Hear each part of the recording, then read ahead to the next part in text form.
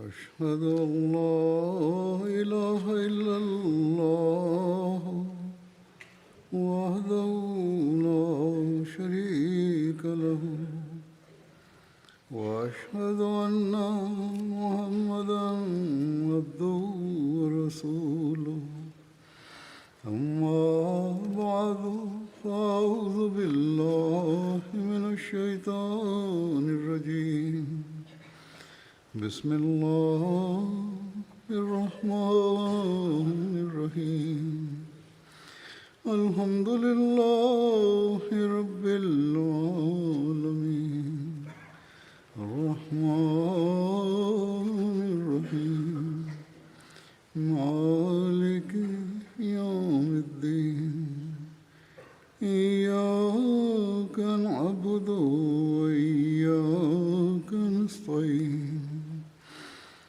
اهدنا الصراط المستقيم صراط الذين أنعمت عليهم غير المغضوب عليهم ولا الضالين.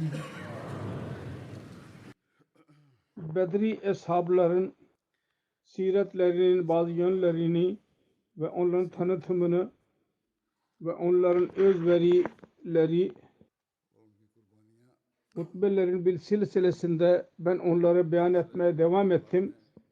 Birçok kimse benden istediler, bana yazdılar. Eğer Hz. Resulullah sallallahu aleyhi ve sellem'in sireti beyan edilmezse o zaman biraz susuzluğumuz baki kalacak. Asıl zat Resulullah sallallahu aleyhi ve sellem'in zatıdır aslında.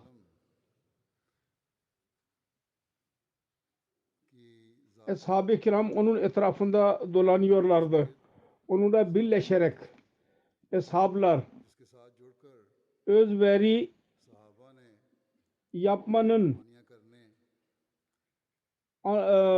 unutulmaz örneklerini ileri sürdüler ve yeni yeni dersler aldılar ve tevhidi yaymak ve fiilen onun ameli örneğini olmanın öyle yüksek seviyesini gösterdiler ki Resulullah sallallahu aleyhi ve sellem'in kuvveti kudsiyesi ve Allah-u Teala'nın öz sevgilisi olmanın bir delilidir. Kısacası kendi siretinin anlatılması bile gereklidir.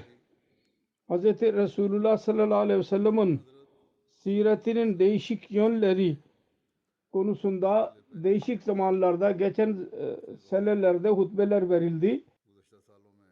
Ancak Resulullah sallallahu aleyhi ve sellem'in sireti, karakteri öyledir ki onun beyanatı sınırlandırılamaz. Her bir vasıf öyledir ki onu birkaç hutbede bile onu tam olarak kapsamak mümkün değil. Ve bu siret zaman zaman inşallah Teala beyan edilecek. Hatta her hutbe ve konuşmada şu yahut bu herhangi bir konu şu yahut bu şekilde beyan ediliyor zaten. Çünkü bizim hayatımızın mihveri budur. Etrafında dolaştığımız ve bu olmadan bizim dinimiz, bizim imanımız tam olamaz. Ve Resulullah sallallahu aleyhi ve sellem Allah-u Teala'nın gönderdiği şeriyeti üzerine biz bağlanamayız. Her neyse ben şu anda Bedir Savaşı ile alakalı olarak Resulullah sallallahu aleyhi ve sellem'in bazı siretlerini ve tarih olaylarından bahsedeceğim. Bu silsile gelecek birkaç hutbede devam edecek. Resulullah sallallahu aleyhi ve sellem'in usvesidir ki eshabları özveri hissini verdi ve bunu vererek gazileri ve şehitleri ve Allah-u Teala'nın Allah'ı seven ve Allah-u Allah Teala ile razı olanların kapsamına koydu ve onun örneklerini biz hayatımızda gördük. Kısacası bu savaş ile alakalı olarak bile Resulullah sallallahu aleyhi ve sellem'in karakterini beyan etmemiz gereklidir. Savaş olaylarından önce öyle sebeplerden dahi bahsetmemiz lazım ki bu sebep niye oldu. Onun için önce ben onun bir arka planından bahsedeceğim. Bu arka planda bile Resulullah sallallahu aleyhi ve sellem'in sireti ve getirdiği güzel talimatın değişik yönleri belli oluyor.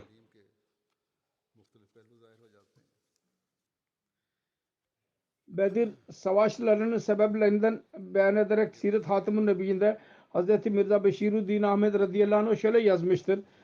Resulullah sallallahu aleyhi ve sellem'in Mekke hayatında Kureyşler zulümler yaptılar Müslümanlar üzerine ve İslamiyet'i yok etmenin hilelerine başvurdular. O her zamanda her çeşit durum altında iki kavim arasında kopmanın yeterli bir sebebidir. Tarihten ispat oluyor ki çok istihza yapıyorlardı. Küçümseme kelime kullanıyorlardı. Ve sövüyorlardı. Mekke'deki kafirler Müslümanları küçük düşürüyorlardı. Ayrıca Allah-u Teala'nın birliğinin ilanından zorla mani oldular ve dövdüler. Onların mallarını gasp ettiler. Onların boykotunu yaparak onları helak etmeye çalıştılar.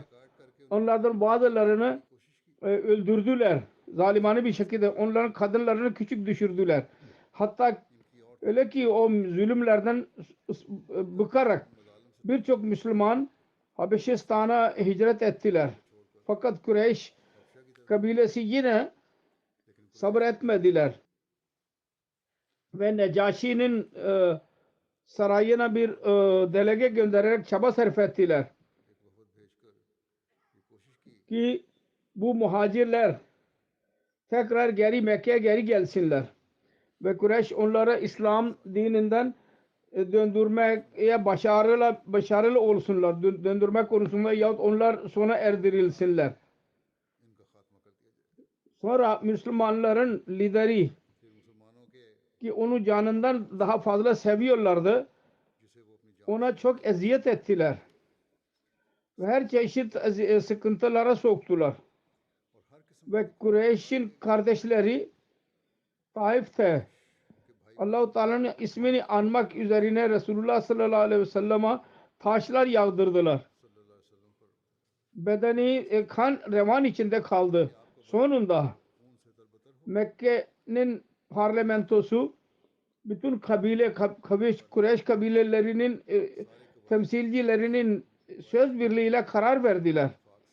Muhammed Resulullah sallallahu aleyhi ve sellem'i öldürelim dediler diye karar verdiler ki İslam yok olsun ve tevhid ebedi olarak sona ersin.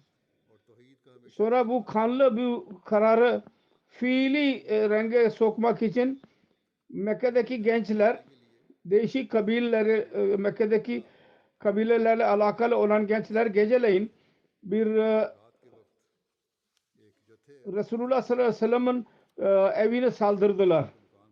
Ancak Yüce Allah Resulullah sallallahu aleyhi ve sellem'i korudu.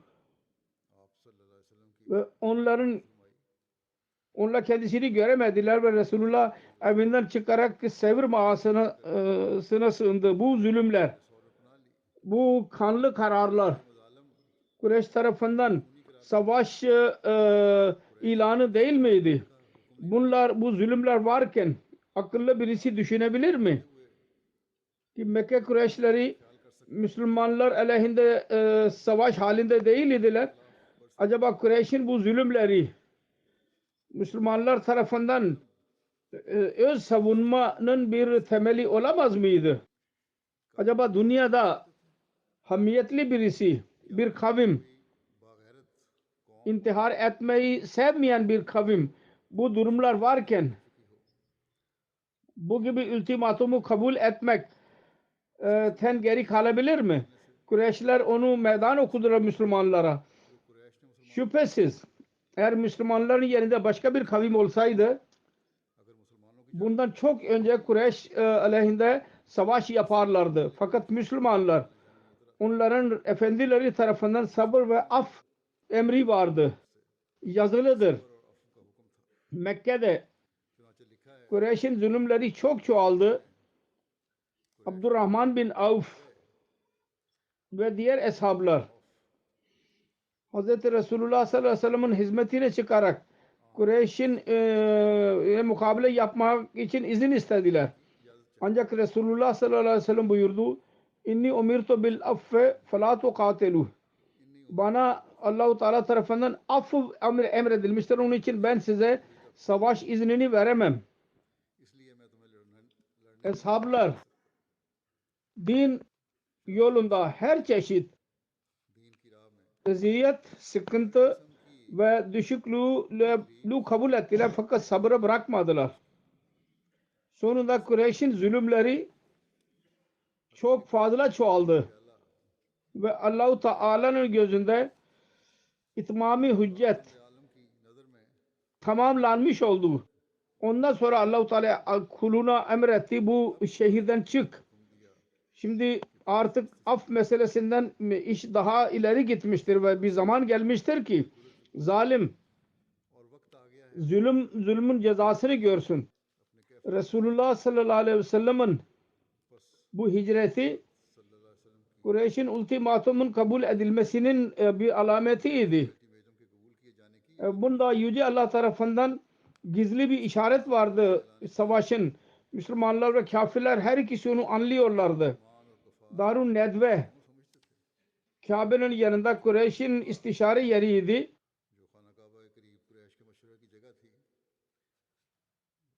İstişare zamanında birisi bir fikir verdi. Hz. Resulullah sallallahu aleyhi ve sellem'i Mekke'den çıkaralım. Kureyş reisleri bunu reddettiler. Sebep şuydu: eğer Muhammed sallallahu aleyhi ve sellem Mekke'den çıkarsa o zaman bütün Müslümanlar bu ultimatumu kabul ederek bizim aleyhimizde meydana çıkacaklar. Ve Medine'nin ansarının önünde bile Beyt-i Akba Saniye zamanında Resulullah sallallahu aleyhi ve sellem'in hicretin sorusu söz konusu oldu. Onlar hemen dediler ki bunun anlamı şudur ki bütün Arabistan önünde savaş için hazırlıklı olmamız lazım. Bizzat Resulullah sallallahu aleyhi ve sellem Mekke'den çıktığı zaman Mekke'ye baktı, evlerine ve duvarlarına ve dedi ki ey Mekke, bütün şehirlerden daha fazla seni seviyorsun fakat senin vatandaşların beni burada kalmama izin vermiyorlar. Bunun üzerine Hazreti Ebu Bakır bile aynısını söyledi radıyallahu anh. Bunlar Resulullah Allah-u Teala'nın Resulünü vatanından çıkardılar. Şimdi bunlar mutlaka helak olacaklar. Özeti şudur: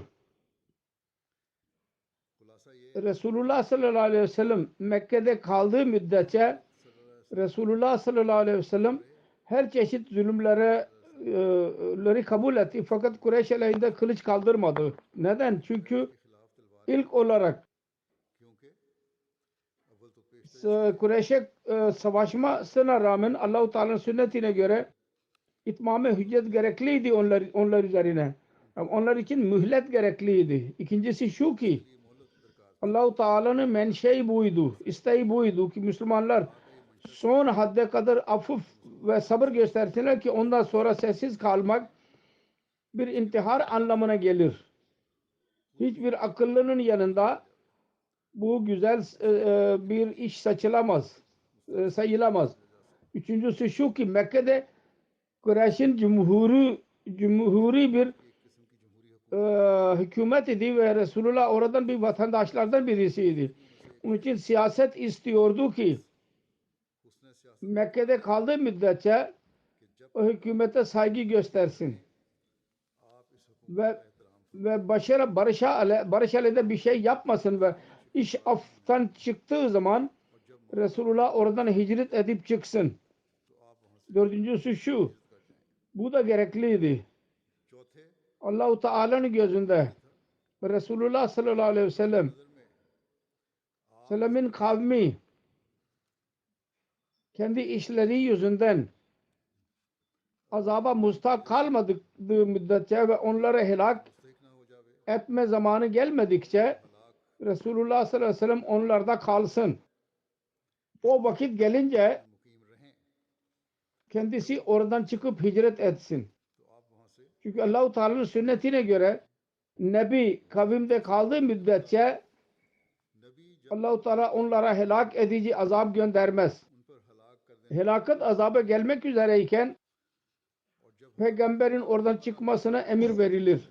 Bu sebeplerden dolayı Resulullah sallallahu aleyhi ve sellem'in hicreti kendi zatında bazı işaretler vardı. Ancak yazık zalim kavim tanıyamadı ve zulümde ve aşırılıkta ilerledi. Şimdi eğer yine Kureyşler vazgeçseydiler ve din konusunda cebir kullanmasaydılar, Müslümanlara barış için verseydiler, Allah-u Teala Erhamur Rahimin'dir. Ve onun Resulü bile rahmetüllil alemin idi. Şüphesiz şimdi bile Allah-u Teala onları affedecekti. Ve Arabistan kan dökülmesini gördü. Fakat Allah-u Teala kaderi tamamlanacaktır. Resulullah sallallahu aleyhi ve sellem'in hicretinde Kureyş'in düşmanlığının ateşi üzerinde bir yağ görevini yaptılar ve daha fazla İslamiyet'i yok etmek için ayağa kalktılar. Fakir ve zayıf Müslümanlar üzerine zulüm yapmak dışında onlar daha Mekke'deydiler. İlk iş şu oldu. Kureyşler yaptılar o şuydu. Onlar öğrendiler. Resulullah sallallahu aleyhi ve sellem Mekke'den çıkmıştır. Bunu öğrendiler. Resulullah sallallahu aleyhi ve sellem'e kovaladılar.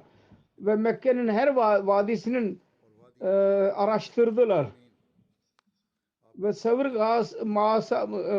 mağarasının ağzına kadar gittiler. Fakat Allah-u Teala kendisine yardım etti ve Kureyş'in gözlerine öyle perde indirdi ki tam yere varınca bile oradan başarısız olarak geri geldiler. Onlar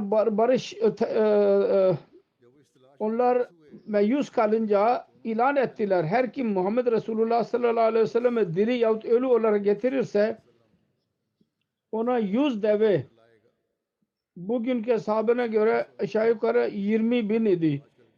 Hz. Mirza Beşir Ahmet'in yazdığı zaman bugünlerde bu para milyonlarca para olur. 100 deve kendisine verilecek.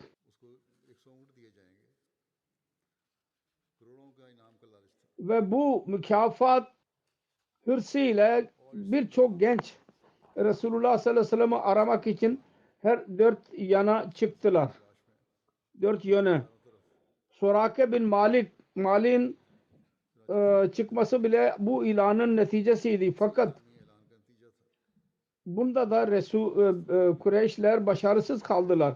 Eğer düşünülürse iki kavim arasında savaş çıkmak için bir tek bu sebep yeterlidir.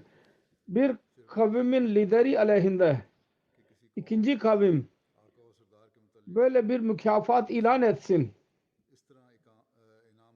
Aynı şekilde Resulullah sallallahu aleyhi ve sellem Mekke'den Medine'ye hicret ettiği zaman Kureyşler Medine'nin reisi Abdullah bin Ubey ve ona mektup yazdılar. Dediler ki sen bizim dostumuza sığınma vermişsin. Biz Allah adına yemin ederek söylüyoruz. Mutlaka ya onunla savaş yahut da onu evinden çıkar yahut biz birlikte sana saldıracağız. Ve senin savaşçılarını öldüreceğiz. Ve senin kadınlarını götüreceğiz. Bu Abdullah bin Ubay ve onun arkadaşları bu mektubu alınca Resulullah sallallahu aleyhi ve sellem ile savaşmak için hazırlandılar. Resulullah sallallahu aleyhi ve sellem bunu öğrendiği zaman Resulullah onlarla görüştü ve dedi ki Kureyş size bir gözdağı verdiler. Sizin gözünüzde çok büyük bir gözdağıdır. Halbuki fazla zarar veremez.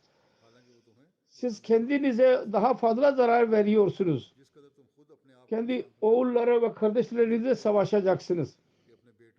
Yahudilerden birçok kimse Müslüman olmuştu. Yahudiler Resulullah sallallahu aleyhi ve sellem'den bu sözleri dinlediler. Bırakıp gittiler. Aynı şekilde Mekke Kureyşleri Arap kabilelerini dolaşarak Müslümanlar aleyhinde onları kışkırtmaya başladılar. Bu konuda Hz. Mirza Beşir Ahmet Seyyid Hatem-ül Nebiyyinde şöyle yazmıştır. Yalnız bu kadarla durmadılar. Kureyşler gördüler. Avs ve Hazreç Müslümanların yardımından geri çekilmiyorlar ve korkuyorlar ki İslam oraya yerleşecek Medine'de. Diğer Arap kabilelerini dolaşarak onları Müslümanlar aleyhinde kışkırtmaya başladılar. Ve Kabe'nin mutevellisileri olmak yüzünden Kureyş'in bütün kabilelerinin Arabistan'da bir özel etkileri vardı. Onun için Kureyş'in kışkırtması neticesinde birçok kabile Müslümanlara düşman oldular ve Medine öyle bir durum oldu ki güya onun dört etrafında ateş vardır. Bir rivayet var. Hazret Ubey bin Ka'b beyan eder. Resulullah sallallahu aleyhi ve sellem ve eshabları Medine'ye teşrif buyurdular ve Ensarlar onlara sığınma verdiler. Bütün Arabistan bir kavis gibi birlikte onlar aleyhinde ayağa kalktı.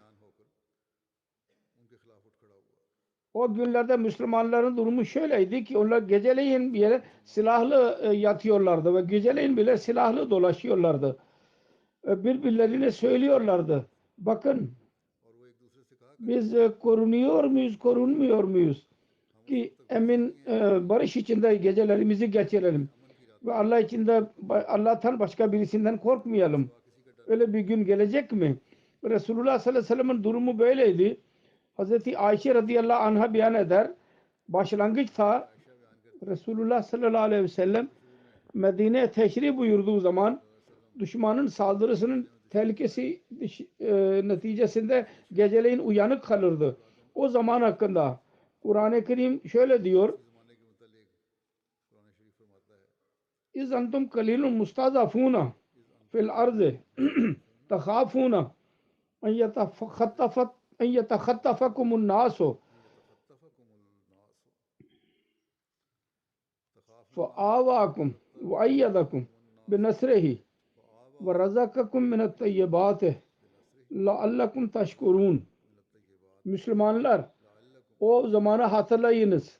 Siz az idiniz ve ülkede zayıf kabul ediliyordunuz ve korkuyordunuz. İnsanlar sizi helak edecekler. Sonra Allah-u Teala size sığınma verdi ve size yardım etti. Ve sizin için pak rızkın kapılarını açtı. Onun için teşekkür etmelisiniz Allah'a. Bu dış tehlikeleri vardı ki Kur'an-ı Kerim'de onlardan bahsedilmiştir. Medine'nin içinde bile durum o kadar açık, o kadar elverişli değildi.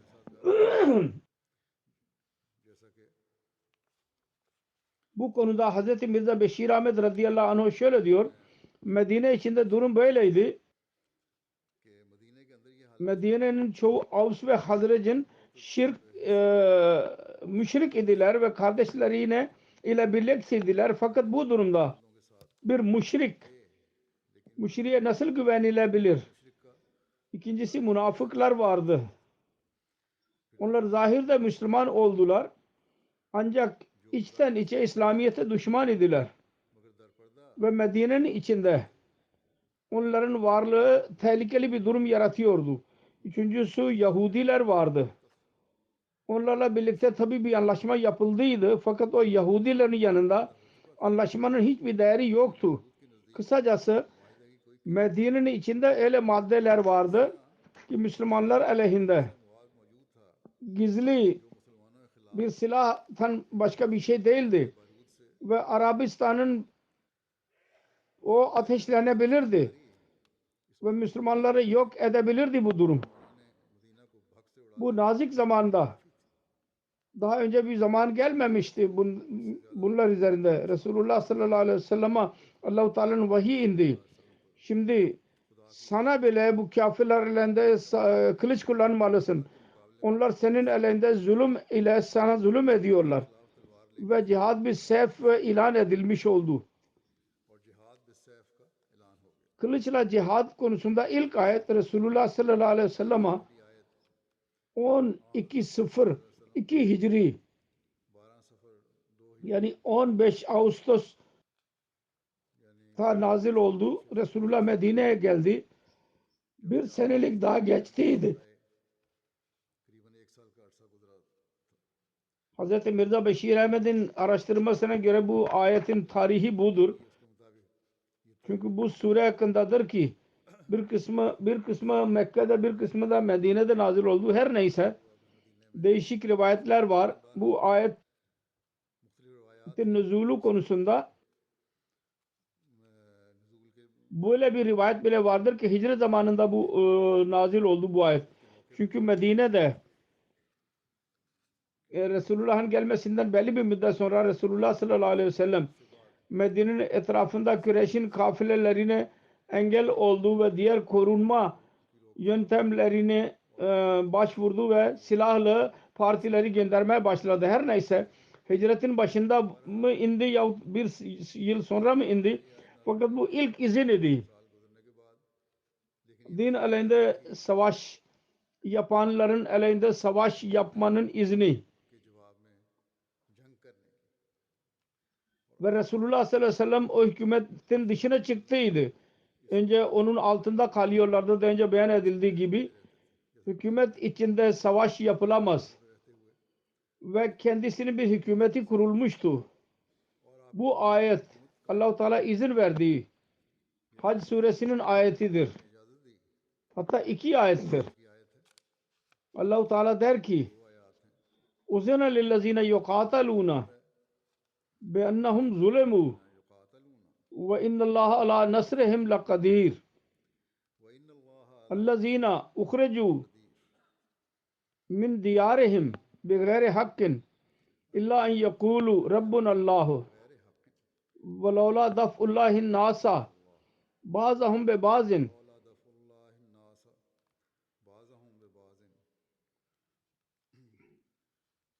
lahuddemat savami'u ve beyun ve salavatun ve masacidu yuzkaru fi hasmullahi kathira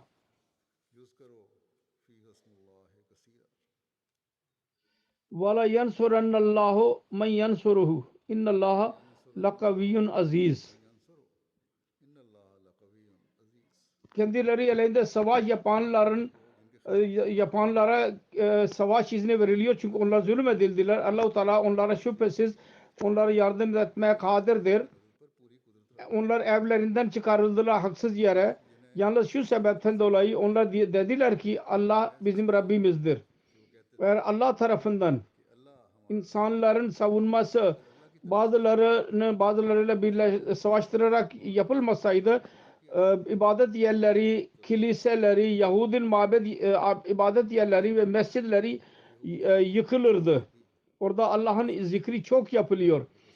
Allah şüphesiz yardım edecek her kim ona Allah'a yardım ederse. Allah-u Teala şüphesiz çok kuvvetli ve üstünlük sahibidir. Yani bütün dinler burada korunmuştur. Her dinin ibadet yerinin adı kullanılmıştır.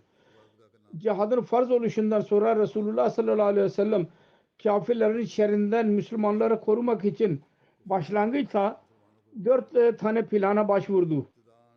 Bu konuda bile Hz. Mirza Beşir Ahmet radıyallahu anh yazmıştır.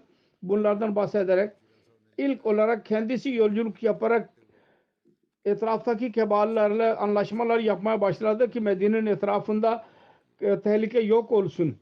Bu konuda Hz. Resulullah sallallahu aleyhi ve sellem özellikle öyle kabileleri göz önünde bulundurdu ki onlar Kureyş'in yolunda yaşıyorlardı. Çünkü her insanın anlayabildiği gibi o kabileler idi ki Mekke Kureyşleri onlar elinde yardım alabilirlerdi Müslümanlar elinde ve onların düşmanları Müslümanlar için çok tehlikeli idi. İkincisi, küçük küçük istihbarat partileri Medine'nin de dört etrafına gönderdiler ki Kureyş ve onun halifleri, dostlarının hareketlerini öğrenebilsin ve Kureyş bile düşünsünler. Müslümanlar habersiz değildirler ve böylece Medine birdenbire saldırıdan korunmuş olsun. Üçüncüsü şu, bu partileri göndermekte bir maslahat vardı. Böylece Mekke ve onun etrafında fakir Müslümanlara, Medine Müslümanlara gelip buraya birleşsinler diye Mekke'de öyle Müslümanlar vardı ki kalben Müslüman idiler. Fakat Kureyş'in zulümlerinden dolayı İslamlarını belli edemiyorlardı. Ve fakirlikleri yüzünden bile hicret güçleri bile yoktu. Çünkü Kureyş öyle insanlara hicret etme izni vermiyorlardı. Dördüncü plan şuna başvurdu. Kureyş'in bu ticareti kafilelerine mani oldu. Mekke'den Suriye'ye gidip geliyorlardı ve Medine'nin yanından geçiyorlardı. Çünkü bu kafileler her nereden geçerlerse Müslümanlar aleyhinde düşmanlık çıkarıyorlardı her yerde. Ve Medine'nin etrafında bunun tohum atılması Müslümanlar için çok tehlikeliydi.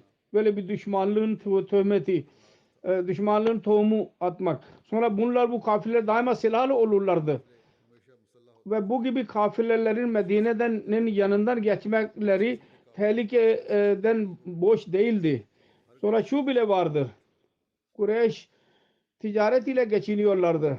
Ve bu durumda Kureyş'i küçük onlardan üstün çıkmak, onların zalimane işlere mani olmak için bu en kesin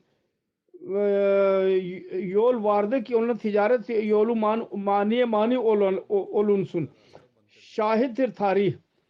Sonunda Kureyş barışa mecbur ettiler. Onlar da onların ticaret kafilelerine mani olmak bile vardı. Her neyse bu çok akıllı bir hile idi. Ki tam zamanında başarı getirdi. Bu kafileler, Kureyş'in kafilelerinin faydası İslamiyet'i yok etmek için kullanılırdı. Bazı kafileler özellikle yalnız bu gaye için gönderilirdi ki onların bütün parası Müslümanlar elinde kullanılacak. İslamiyet aleyhinde savaş yapmak için bu ticaret yapılırdı. Bu durumda herkes anlayabilir ki bu kafilelere mani olmak kendi zatında bile caiz bir gayeydi. Her neyse bu iş daha devam edecek. Gelecek belki daha sonra beyan edeceğim. Şu anda bazı merhumlardan bahsedeceğim. Onların cenaze namazını kıldıracağım. Onlardan birisi hazırdır. Haca Munir Ahmed'in cenazesidir. Diğer gayb cenazeleridir.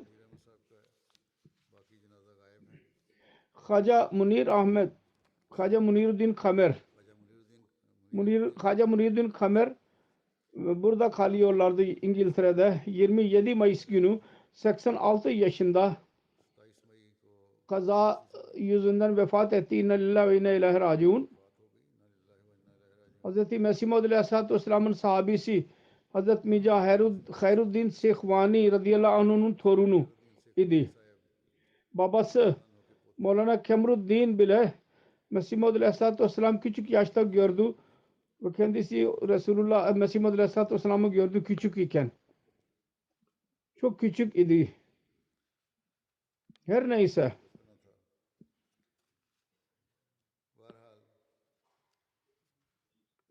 Maulvi Kemruddin Hudamul Ahmediye, Meclis Hudamul Ahmediye'nin ilk merkezi sadrı idi bunun babası. Başkanı. Sadr Hudamul Ahmediye. Hindistan, Pakistan kurulduğu zaman Pakistan'a hicret ettiler. Sonra Haca Muniruddin Bey belli bir müddet için Tanzanya, Afrika'ya gitti. Rabbat'a bile değişik zamanlarda cemaate hizmet etmek kendisine nasip oldu. Sonra 1966 senesinde ailesiyle birlikte İngiltere'ye geldi. Ve burada Fazıl Camisi'nin yanında kalıyorlardı. Her eski insanlar kendisini tanıyorlar. 4. Hilafet zamanında uzun zaman Cuma ezanını okudu. Merhum Sadr Cemaat Mescid Fazıl Londra ve Patni'de hizmet etti cemaate. 1995 senesinde emekliye ayrıldı ve ondan sonra hayatını vakfetti ve geçen 29 seneden beri Vakalet-i Tebşir'de ve daha sonra privat sekreteri özel kalem müdürlüğünde hizmet etti. Vefattan bir gün önce bile öğle namazından önce büroda çalıştı. Sonra namaz kıldıktan sonra evine geri döndü. 5 vakit namaza bağlı. Sessiz birisi. Çok iyi ihlas sahibi bir kimseydi. Musiydi. Karısı dışında 2 oğul ve 2 kızı vardır. Birçok torunu ve torunları vardır. İngiltere amirinin dayısıydı. İngiliz amirin. Allah-u Teala kendisine merhamet eylesin ve mağfiret eylesin. Bu hazır cenazedir. İnşallah ben onu eda edeceğim. İkinci cenaze gayb cenaze de Doktor Mirza Mubashir Ahmed'in cenazesidir. Hz. Musleh Mevud radıyallahu anh'un torunu ve Hz. Sahibzade Doktor Mirza Munavver Ahmed'in torunuydu, oğluydu. Hz. Nuam Mübareka Begum Sahiba Hanım'ın torunuydu. 79 yaşında vefat etti. İnna lillahi ve inna ileyhi raciun. Allah-u Teala'nın lütfuyla muvisiydi. Rabbat'a tahsil gördü. Sonra King Edward Medical College'dan MBBS yaptı. Sonra belli bir müddet sonra çalıştı. Rabbat'a sonra tahsil görmek için Londra'ya geldi. Royal College of Surgeons Edinburgh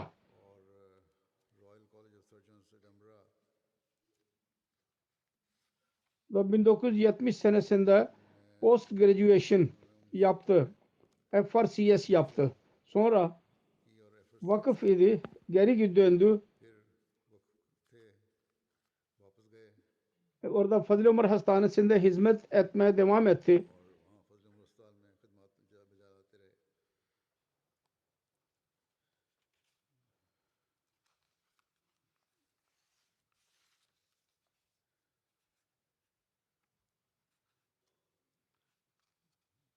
Aşağı yukarı 50 sene Fazıl Ömer Hastanesi'nde hizmet etmek nasip oldu kendisine.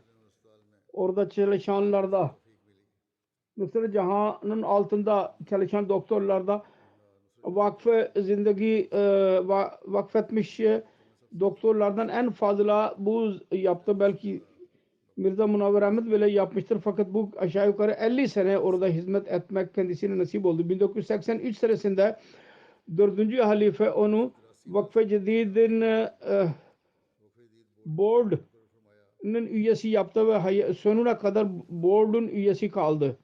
Karısı yazıyor. Akrabalara çok saygı gösteriyordu. Anne baba, kız kardeş, erkek kardeş, benim annem babam ve akrabalarım hepsine karşı hiçbir eksik bırakmadı. Hiçbir tembellik göstermedi akrabalara güzel davranmak konusunda. Evin ne kadar büyükleri vardı onları tedavi etti. Evlere gider hastalara bakardı. Aynı şekilde muhtaç olanlara daima yardım ederdi. Hiçbir soru soranın hiçbir dilenciye yok demedi. Birçok kıza tahsil gördürdü ve onun bütün evlilik masraflarını da üstlendi. Bazı kızlar bana bile yazdılar. Ben onun evinde kaldım. Benim çocuk gibi yetiştirdi. Ondan sonra evlendirdi beni. Hastaların parasını dahi almazdı. Birçok kimse bana bu konuda yazdı. Hatta kendi evinden para verirdi ve ilaç bile verirdi. Halifelere derin bir alakası vardı.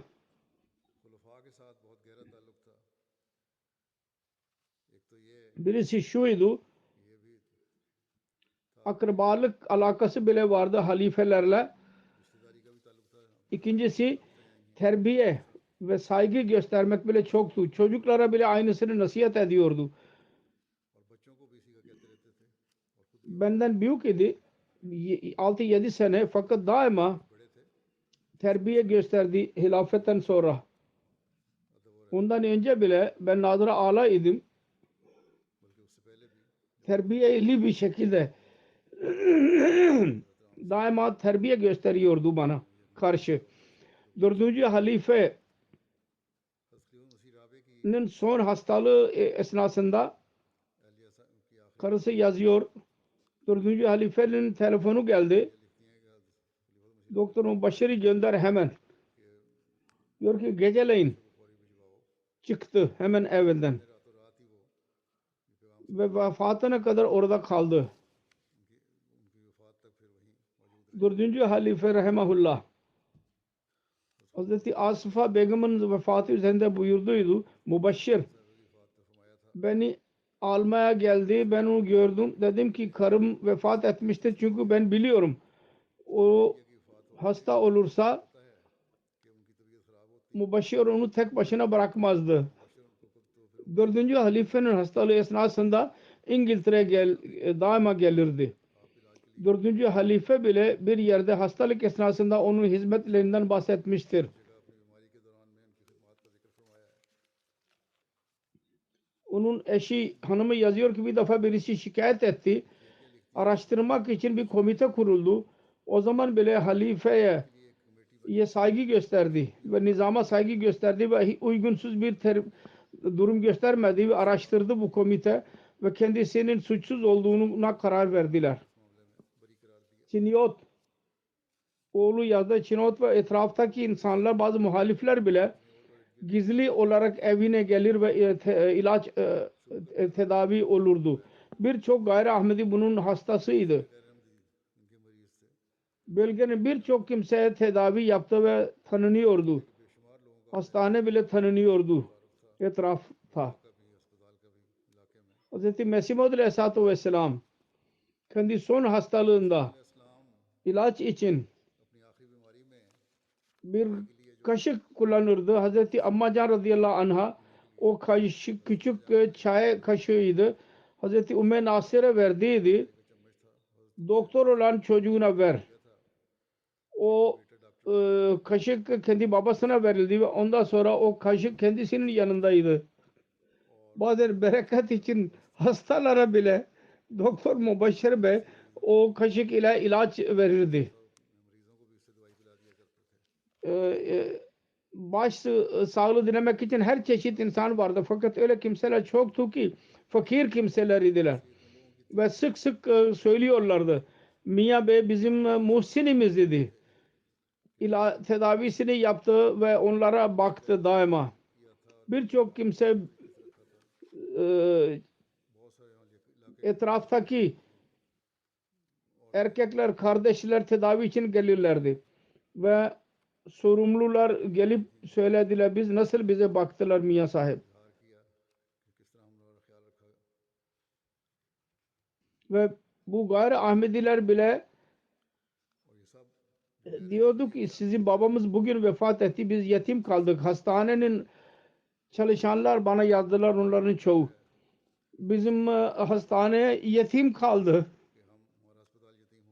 Ve hepsi çok eziyet hissettiler. Ve üzüldüler. Üzüldüklerini söylediler. Her biriyle alaka kurdu ve fakirlere baktı. Resulullah sallallahu aleyhi ve sellem buyurmuştur.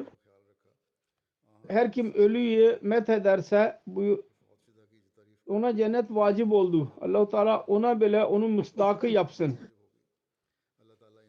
Doktor Mirza Sultan Ahmet Bey diyor, benim bildiğim kadarıyla en fazla hizmet eden doktor idi. Daha önce ondan bahsettim. Diyor ki işe girdiği zaman bir hemşire olmazdı. Kendisi açardı ve hastayı kendisi çağırırdı. Bir tek başına ameliyathaneye bile bakardı. Anestezi bile kendisi verirdi. Sonra etrafa tedavi terbiye verdi. Ve ondan sonra yavaş yavaş hastane çok meşhur oldu. O diyor ki enfeksiyonun nispeti hiçbir hastaneden az idi. Bütün hastanelerden çok az enfeksiyon olurdu. Başarılı tedaviden sonra oradan çıkarlardı hastalar. Her neyse ben gördüm. Onun tavırı hastalara karşı gayri Ahmedi hastalar bile ben kendim bile tanıyorum. Çok saygı gösteren biriydi. Doktor Munir Mubashir Bey'dir. Hastanede doktordur. Hükümet hastanesinde diyor ki ben Doktor Bey'in hizmetlerinin silsilesini yalnız Rabba değil etraftaki bütün bölgeleri kapsıyordu. Diyor ki benim bütün işlerim Rabba'nın etrafında kaldım. Orada küçük hastanelerde ben kaldım. Her köy ve her şehrin birçok insanı kendisine inanan kimselerden idiler. Kendisini seviyorlardı. O sebepten dolayı birçok gayri Ahmedi kendisinin vefatı için geldiler. Başsağlığı dilemek için. Doktor Nuri Bey yazdı. Rabbata tek başına kalan bir hasta. Bunun resmi vardı odasında. Çok sevgiyle hasta dedi ki Doktor Mubashir Bey evime çok gelirdi. Benim sağlığımı sormak için. Allah-u Teala kendisine selamet eylesin. O zaman yaşıyordu daha. Onun özellikleri ve hizmetleri ve hastaların hisleri o kadar mektuplar var ki beyan etmek mümkün değil. Hilafete çok vefa alakası vardı söylediğim gibi. Allah-u Teala kendisine çok mağfiret eylesin ve merhamet eylesin. Ve sevgilinin yanında yer versin cennette. İkinci cenaze, kayıp cenaze, ikinci cenaze. Seyyida Amatul Basit Hanım. Seyyid Mahmud Ahmed İslamabad'ın karısıydı. Geçen günlerde vefat etti. İnna lillahi ve inna ileyhi raciun. Doktor Seyyid Abdüssattar Şah Bey'in torunuydu. Seyyid Abdurrazak Şah'ın kızıydı. Hazret Ümmü Tahir radıyallahu anh'ın kardeşinin kızıydı. Babası Irish İrlandalı Hanifa Hanım ile Kathleen O'Brien idi onun eski ismi. Onunla evlendi babası. 1945 senesinde Nairobi, Kenya'da evlendiydi. Bu ve onun Pakistan'a geldiler. Sindh'de kaldılar Şah Bey. Orada çok özveriyle İrlandalı olmasına rağmen küçük köyde orada geçindi. Ve onun çocukları bile çok özveride bulunan kimselerdi idi. Onlardan bir tanesi bu Amatul Basit Hanım idi. Onun kocası Seyyid Mahmud Bey diyor ki namaza bağlı özellikle teheccüdü hiç kaçırmayan bir bayan idi. Çocukluğundan beri babasıyla birlikte teheccüd namazı kıldı. Din buyruklarına bağlı dindar bir kimseydi. Fakirlere yardım ederdi. Tesettüre çok saygı gösterirdi. Merhume Musiye idi. Kocası dışında bir kız ve iki oğul bırakmıştır. Bir oğul Seyyid Bashir Ahmed burada kalıyor. İkinci oğul Seyyid Şahid Ahmed'dir. Kızı Amerika'dadır Cemila Malik. Onun kızı Macida Malik Doktor Bey'in karısıdır. Annem çok herkes tarafından sevilen birisiydi. Her kim kendisiyle görüşse kendisini sevmeye başlardı. Hilafeti çok severdi. çok büyük ahlaka sahip idi. Sıkıntısından bahsetmezdi. Fakirlere ve sadaka vermekte ön saflardaydı. Fakirlere yardım etmek, küçük kızları evlendirmek, fakirlere yemek vermek, Allah-u Teala'nın kullarına yardım etmek, dua şeklinde olsun ya sadaka şeklinde olsun daima yapardı. Allah-u Teala'nın sözleri ve Allah-u Teala'nın yardımından bahsederdi. Öyle kimselerle dost kurardı ki Allah'ı sevenler idiler. Allah-u Teala'nın bile özel bir alakası vardı. Kendisinin duasını bile kabul ederdi. Önce haber verirdi kendisi. Birçok konuda, birçok dua konuda. Çok aşırı hastalıkta bile namazı bırakmadı. Ve korkardı ki benim bir namazım geçmesin kılınmadan. Allah Teala kendisini mağfiret eylesin ve çocuklarını bile iyiliklerini devam ettirmeyi nasip etsin. Üçüncü cenaze, gayb cenaze Şerif Ahmed Bandeşa Bey'in cenazesidir. Sadr cemaat idi. Pakistan'ın Çak 261 Feysalabad. O bile geçenlerde vefat etti. İnna lillahi ve inna ileyhi raciun. Onun oğlu Rahmetullah Bandeşa murabbidir. Beyan ediyor. Bizim dedemiz küçük yaştaydı ki bütün akrabaları Mesih Muhammed Aleyhisselatü Vesselam'ın zamanında taun vebasıyla vefat ettiler. O zaman dedenin uzak bir akrabası Ahmedi bir aile onu kendisini yetiştirdi. Daha sonra Batala'nın bir daha yakın bir Ahmedi ailede büyüdü. Böylece başlangıçtan beri Ahmediyet terbiyesinde kaldı. Merhum 25 seneye kadar köyde sadr cemaat olarak kaldı. Birçok iyiliklere sahibiydi. Derviş sıfat bir insan. İbadetin seviyesi çok yüksekti. Akrabalara yardım eden birisiydi. Cemaat nizamı ve hilafeti çok seven bir kimseydi. Bıraktığı 5 oğul ve 3 kızı vardır. Söylediğim gibi bir murabbi rahmetullah Bandeşa muballiktir. Camia Ahmadiya Almanya'da hoca olarak görev yapmaktadır. Ve köyün muhalifane durumundan dolayı cenazeye katılamadı tam zamanında. Allah-u Teala merhuma mağfiret eylesin ve onun derecelerini yükseltsin. Ve bütün çocuklarına bile onun iyiliklerini devam ettirmeyi nasip etsin.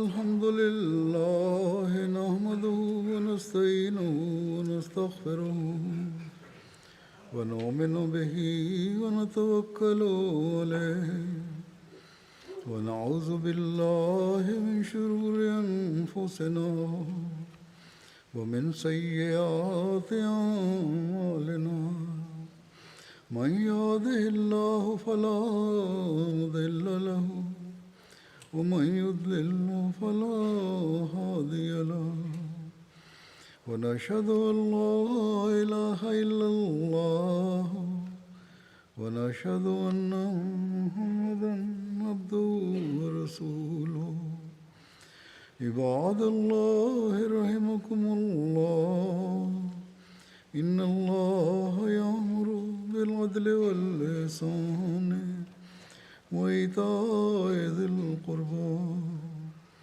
وينهى عن الفحشاء والمنكر والبغي يعظكم لعلكم تذكرون اذكروا الله يذكركم وادعوه يستجب لكم ولذكر الله أكبر